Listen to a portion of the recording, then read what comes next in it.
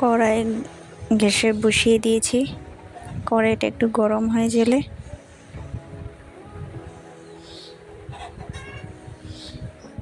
তেল দিয়ে দেব স্বাদ মতো। তেলটা অল্প গরম হতে হবে।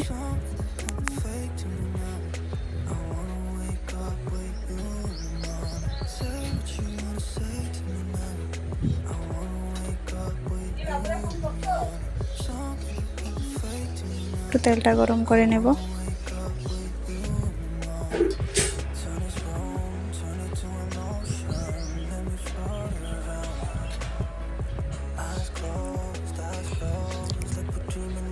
আগে থেকে সিদ্ধ করে রাখা আলুগুলোকে দিয়ে দেব। একটু ভেজে নেব আলুগুলোকে।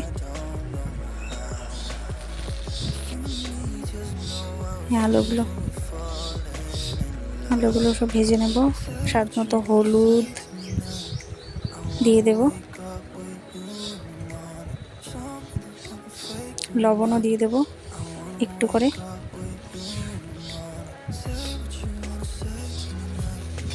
নাড়িয়ে দেব।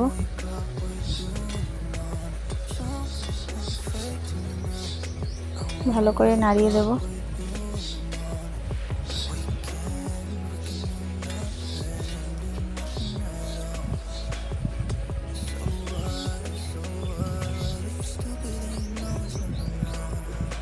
আলুগুলো অল্প অল্প ভাজা ভাজা হয়ে গেছে। আর একটু ভাজা হয়ে গেলে লাল লাল হয়ে যাবে।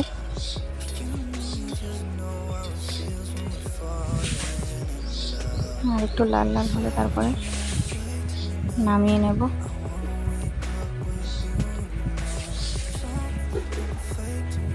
অল্প অল্প করে সবগুলো নামিয়ে নেব।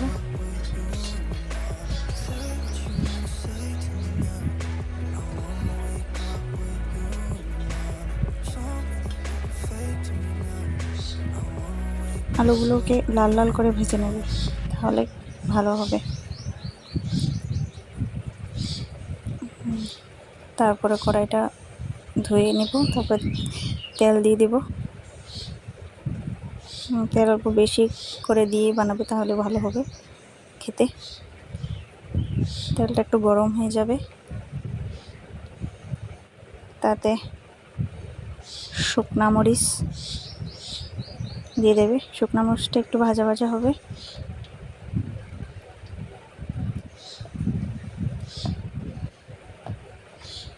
পাঁচফোড়ন দিয়ে দেবে। পাঁচফোড়নটা একটু ভাজা ভাজা হতে হবে।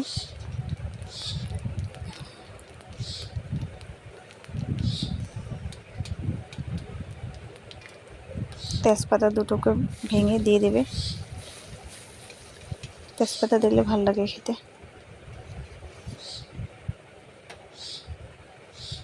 একটু লাল লাল লাল হয়ে যাবে পাঁচফোড়ন শুকনো মরিচগুলো। তারপরে তাতে জিরা, কাঁচামরিচ, আদা পেস্ট করে রেখেছিলাম, ওগুলো দিয়ে দিচ্ছি। হলদি দিয়ে দিলাম স্বাদ মতো।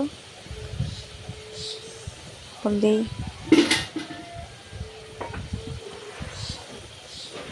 শুকনো মরিচের গুঁড়া, কাশ্মীরি মরিচের গুঁড়া,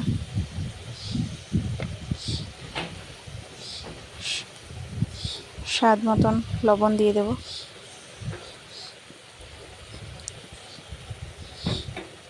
মশলাগুলোকে ভাজা ভাজা করে নেব।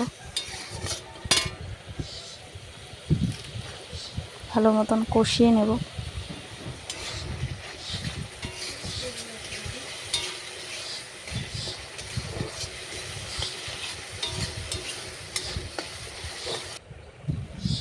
একটু চিনি দিয়ে দেবে, তাহলে দেখবে আরও টেস্ট হবে।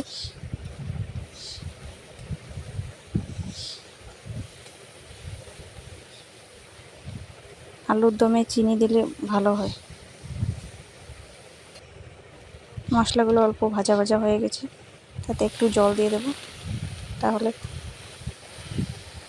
নিচে লাগবে না।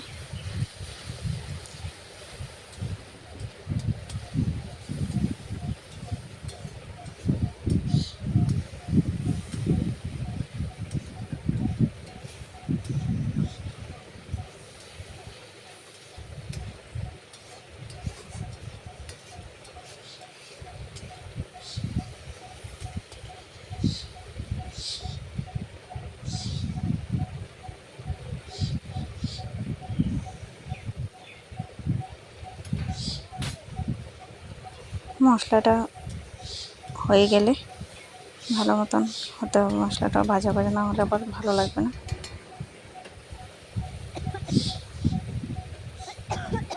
তাতে আলু দিয়ে দেবো, ভাজি করে রেখেছিলাম না আলুগুলো, সেগুলো দিয়ে দেবো, দিয়ে নাড়িয়ে দেবো মশলাগুলোকে, আলুর সাথে মিশিয়ে দেবো।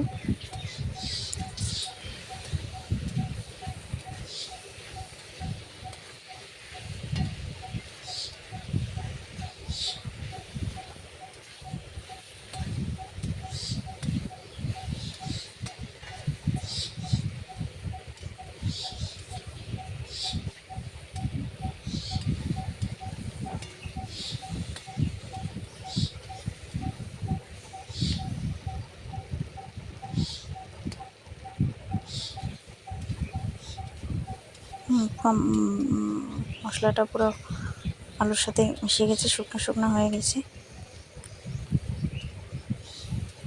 আর একটু পরে জল দিয়ে দিতে হবে, বেশি আবার হয়ে গেলে পুড়া লেগে যাবে।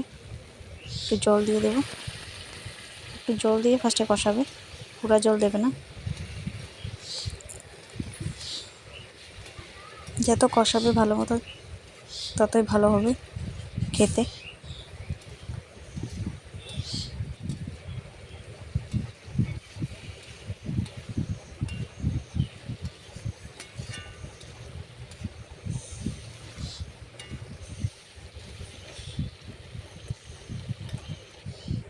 পুরো কষিয়ে গেছে, এখন বেশি করে জল দিয়ে দেবো, এতটুকু স্বাদ মতো দেবে, অল্প অল্প ঝোল হতে হবে।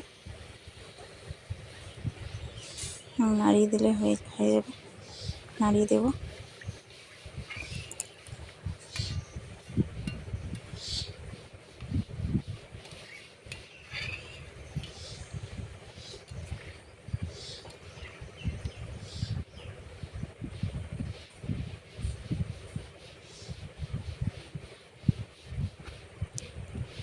আলুর দম রেডি আজকের লাঞ্চের জন্য। ভালো লাগলে রেসিপিটা সাবস্ক্রাইব করে দেবে বন্ধুরা।